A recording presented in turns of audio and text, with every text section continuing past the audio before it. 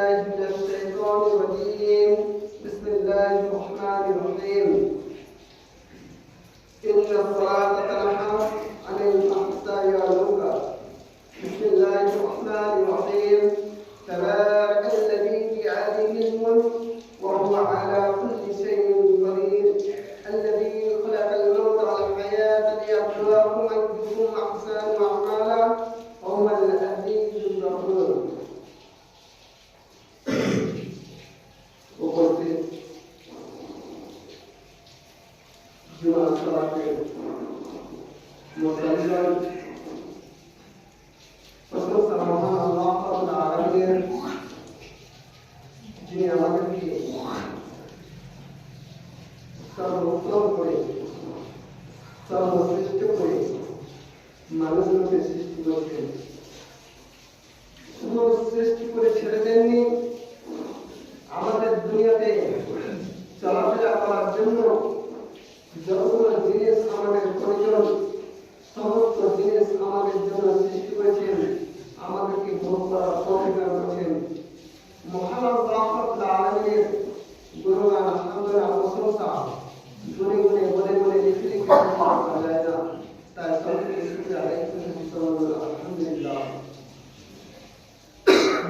অতঃপর শান্তি বর্ষিত হোক আখিরে নবী আমিনাল্লাহ রসুল্লাহ তাকুল্লাহ বাসার মাদানী আহমদ মুস্তাফা মুহাম্মদ মুস্তাফা জনাবে মুহাম্মদ রাসূলুল্লাহ সাল্লাল্লাহু আলাইহি ওয়াসাল্লামের উপর পরমন্ত দুরূদ ও সালাম বৃষ্টি ধারা সাল্লাল্লাহু আলাইহি আল্লাহুম্মা সাল্লি আলাইহি আল্লাহুম্মা বারিক আলাইহি।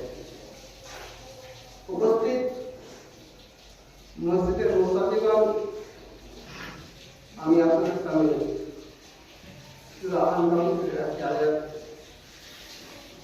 এবং সূরা মুলক দুটি আয়াত শুরু করছি। ইনশাআল্লাহ এই আয়াতগুলোকে সামনে রেখে আমি আমার আজকের বিষয়বস্তু আমল এবং সালাত সম্পর্কে আজকের তথ্য উপস্থাপন করব ইনশাআল্লাহ। আব্দুল আজিজ ওয়া তাওফীকি ইল্লা বিল্লাহ وقل رب زدني علما ورب زدني علما ورب زدني علما رب اشرح لي صدري ويسر لي امري واحلل عقدة من لساني يفقهوا قولي।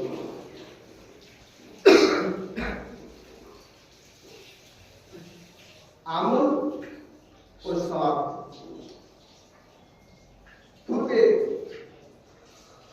জুমার খুতবার বিষয় সালাত সম্পর্কে আপনারা জেনেছেন যে সালাত কি ধরনের ইবাদত। আজকে সালাত কি আল্লাহ রাব্বুল আলামিন আমাদেরকে দুটি জিনিস দিয়েছেন, একটা করতে বলেছেন এবং একটা নিষেধ করেছেন, অর্থাৎ আদেশ ও নিষেধ।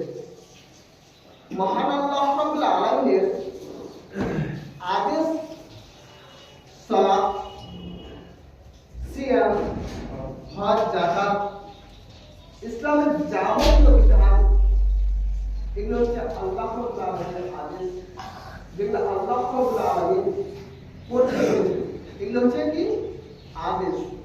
নিষেধ কোনটা, যেটা আল্লাহ রাব্বুল আলামিন করতে বারণ করেছেন, যেটা করা যাবে না, রাসূল সাল্লাল্লাহু আলাইহি সাল্লাম কোনদিন করেননি, সাহাবায়ে কেরামরা প্রমাণিত হয়নি যে সেটা করতে হবে। রাসূলুল্লাহ সাল্লাল্লাহু আলাইহি ওয়াসাল্লাম নিজে করেননি, সাহাবায়ে কেরাম করেননি, তাবিঈগণ করেননি, এগুলো হচ্ছে নিষেধ। অর্থাৎ আল্লাহ রাব্বুল আলামিনের আদেশ ও নিষেধ দুটো আমাদেরকে মেনে চলতে হবে। এবার ইমাম ইবনে কাইয়্যিম রাহমাতুল্লাহ আলাইহি কি বলছেন, আল্লাহর নিষেধকে না মানার চাইতে আল্লাহর আদেশকে অমান্য করা হচ্ছে সবচেয়ে বড় গুনাহ। আল্লাহর নিষেধকে মানার চাইতে না মানার চাইতে আল্লাহর আদেশকে যদি আপনি অমান্য করেন তাহলে তার চাইতে বড় গুনাহ। আল্লাহর আদেশ কি? সালাত আদায় করতে হবে। নিষেধ কি? আপনি হারাম কাজে লিপ্ত হতে পারবেন না। আল্লাহর নিষেধ হচ্ছে আপনি জুয়া খেতে পাবেন না। আল্লাহর নিষেধ হচ্ছে যে আপনি কখনোই মদ খেতে পাবেন না, নেশাদ্রব্য পান করতে পারবেন না। আপনি নেশাদ্রব্য যদি আপনি পান করে ফেলেন, তারপর আপনাকে সালাত আদায় করতে হবে। আল্লাহর আদেশকে অমান্য করা যাবে না। আপনি নিষেধ কাজকে যদি আপনি মেনে নেন, যদি আপনি নিষেধ কাজটা যেটা আল্লাহ বারণ করেছেন সেই কাজটা যদি আপনি করেন, আর সালাত যদি ছেড়ে আপনি যে কাজটা করলেন, মদ খেলেন, আর আপনি মদ খাওয়ার পর যদি আপনি সালাত ছেড়ে দেন, মদ খাওয়ার চাইতে বেশি বড় গুনাহ হচ্ছে আপনি সালাত ছেড়ে দিয়েছেন। আপনি বুঝতে পেরেছেন কত বড় পাপ করেছেন? আল্লাহর নিষেধ কাজকে অমান্য করতে পারেন, কিন্তু আল্লাহর আদেশ কাজকে আপনি অমান্য করতে পারেন না। আল্লাহ রাব্বুল আলামিনের আদেশকে আপনাকে মেনে চলতেই হবে। আপনি যে কোনো অবস্থা থাকুন না কেন আপনাকে মেনে চলতে হবে। তার মধ্যে এক নম্বরে আপনাকে যে সবচেয়ে বড় বেশি করে মেনে চলতে হবে সেটা হচ্ছে সালাত। আল্লাহ রাব্বুল আলামিন বলেছেন, আল্লাযী খালাকাল মাউতা ওয়াল হায়াতা লিয়াবলুয়াকুম আইয়ুকুম আহসানু আমালা। আমি জীবন এবং মরণকে সৃষ্টি করেছি যাতে আমি আমলের দিক দিয়ে তার বিচার করতে পারি। আমলের দিক দিয়ে বিচার করতে পারি। আমরা জানি আমরা প্রত্যেকে মৃত্যুবরণ করব। আমাদের মত আমাদেরকে যেখানে আমাদের মত আছে সেখানে আমাদের হবেই মত, আমাদের মৃত্যুবরণ হবে। আমরা মৃত্যু থেকে যতটা দূরে দূরে পালাবার চেষ্টা করি না কেন, আমরা কখনো মৃত্যু থেকে বেঁচে থাকতে পারবো না। মৃত্যু আমাদেরকে একদিন ধরবেই ধরবে। আপনি তো দূরের কথা, আমি তো দূরের কথা, পৃথিবীর সবচেয়ে দামি যে ব্যক্তি, পৃথিবীর সবচেয়ে যে শ্রেষ্ঠ ব্যক্তি, পৃথিবীর যে আল্লাহ রাব্বুল আলামিন যে ব্যক্তিকে জান্নাত তার আগের পাপ পরের পাপ সমস্ত গুনাহ মাফ করে দিয়েছেন, সে ব্যক্তি মৃত্যুর হাত থেকে বেঁচে থাকতে পারেনি। আল্লাহ রাসূল সাল্লাল্লাহু আলাইহি ওয়াসাল্লাম মৃত্যুর হাত থেকে বাঁচতে পারেনি। আমি আপনি সাধারণ মানুষ, আমি আপনি সাধারণ মানুষ। আল্লাহ রাসূল সাল্লাল্লাহু আলাইহি ওয়াসাল্লাম মৃত্যুর হাত থেকে বাঁচতে পারেনি। আমি আপনি সাধারণ মানুষ কিভাবে বেঁচে থাকতে পারি? অতএব মৃত্যুকে ভয় করো মুসলমান, মৃত্যুকে ভয় করো, মৃত্যুকে ভয় করো। আল্লাহ রাসূল সাল্লাল্লাহু আলাইহি ওয়াসাল্লাম যার হাত থেকে বেঁচে থাকতে পারেনি, যার হাত থেকে বাঁচতে পারেনি, সেই মানুষটা যদি মারা যায় তাহলে আপনি কিভাবে বলতে পারেন যে আমি কোনোদিন এই পৃথিবী ছেড়ে যেতে পারবো না? আল্লাহ রাসূল সাল্লাল্লাহু আলাইহি ওয়াসাল্লামের কিছুক্ষণ মৃত্যুর পূর্বের কিছুক্ষণ আগের ঘটনা আয়েশা রাদিয়াল্লাহু তাআলা বর্ণনা করছেন যে রাসূল সাল্লাল্লাহু আলাইহি ওয়াসাল্লামকে প্রচন্ড জ্বর, এত জ্বর হয়েছে আল্লাহ রাসূল সাল্লাল্লাহু আলাইহি ওয়াসাল্লামকে যে তিনি একবার চাদর হচ্ছে, একবার অজ্ঞান হচ্ছেন, একবার চাদর হচ্ছেন, একবার অজ্ঞান হচ্ছেন। এত জ্বর হচ্ছে যে তিনি আর বসে থাকতে পারছেন না। তিনি পিঠ পাতি দিয়েছেন বিছানায়, বিছানা থেকে পিঠ পাতি দেওয়ার পরে তার মাথাটা এইভাবে উঁচু করে আল্লাহ রাসূল সাল্লাল্লাহু আলাইহি ওয়াসাল্লাম দেখতে পারলেন আপনার জ্বর হচ্ছে। হযরত আয়েশা রাদিয়াল্লাহু তাআলা আল্লাহ রাসূল সাল্লাল্লাহু আলাইহি ওয়াসাল্লাম, তুমি আমাকে সেই মানুষের দিকে একটু মাথাটা উঁচু করে দেখাও। আমার সাহাবা ইকরাম কি করছে, আমার সাহাবা ইকরামগণ কি করছেন? সেই সময়ে সালাতের ওয়াক্ত আবু বকর রাদিয়াল্লাহু তাআলা আনহু এবং সাহাবা ইকরাম মসজিদের ভিতরে বসে আছে যে আল্লাহ রাসূল সাল্লাল্লাহু আলাইহি ওয়াসাল্লাম আসেন এবং আমাদেরকে সালাত আদায় করবেন। আমরা আল্লাহ রাসূল সাল্লাল্লাহু আলাইহি ওয়াসাল্লামের পিছনে আমরা শেষ বারের মতো আমরা সালাত আদায় করব। হযরত আবু বকর রাদিয়াল্লাহু তাআলা বলে দিয়েছিলেন যে আল্লাহ রাসূল সাল্লাল্লাহু আলাইহি ওয়াসাল্লাম শেষ টাইমে আসতে পৌঁছে গেছেন। রাসূল সাল্লাল্লাহু আলাইহি ওয়াসাল্লাম মৃত্যুর সময় হয়ে গেছে, যিনি আমাদেরকে ছেড়ে চলে যাবেন, এই দুনিয়া ছেড়ে চলে যাবেন। আমরা আর কখনো রাসূল সাল্লাল্লাহু আলাইহি ওয়াসাল্লামের পিছনে আমরা সালাত আদায় করতে পারবো না। সে সময় আল্লাহ রাসূল সাল্লাল্লাহু আলাইহি ওয়াসাল্লাম মাথাটা উঁচু করে দেখছেন যে রাসূল সাল্লাল্লাহু আলাইহি ওয়াসাল্লামের সাহাবায়ে কিরাম দাঁড়িয়ে দাঁড়িয়ে গড়গড় মানে কান করছেন যে হযরত আবু বকর রাদিয়াল্লাহু তাআলা ইমামের ঘরে দাঁড়িয়ে তিনি দাঁড়িয়ে আছেন এবং অপেক্ষা করছেন যে আল্লাহ রাসূল সাল্লাল্লাহু আলাইহি ওয়াসাল্লাম যদি আসেন আমি রাসূল সাল্লাল্লাহু আলাইহি ওয়াসাল্লাম ইমামের জায়গা ছেড়ে দিয়ে আমি পিছনে চলা আরম্ভ করব। যিনি মৃত্যুর শয্যায় সজ্জিত হওয়ার পরেও মৃত্যুর যন্ত্রণা তার কাছে থাকার পরেও প্রচন্ড জ্বর, তিনি উঠে দাঁড়াতে পারছেন না, তারপরও যেটা আমাদের জন্য আদেশ করে গেছেন, তোমরা সালাত আদায় করো, তোমরা সালাত আদায় করো, তোমরা সালাত আদায় করো। আমরা সেই নবীর উম্মত হয়ে, আমরা সেই নবীর দাবিদার হয়েও, আমরা সেই নবীকে আমরা রাসূল মানার পরেও, আমরা মুসলমান হওয়ার পরেও আমরা সালাত আদায় করার টাইম পাই না। আপনি কি করে মুসলমান হতে পারেন? আপনি কি করে মুসলমান হতে পারেন?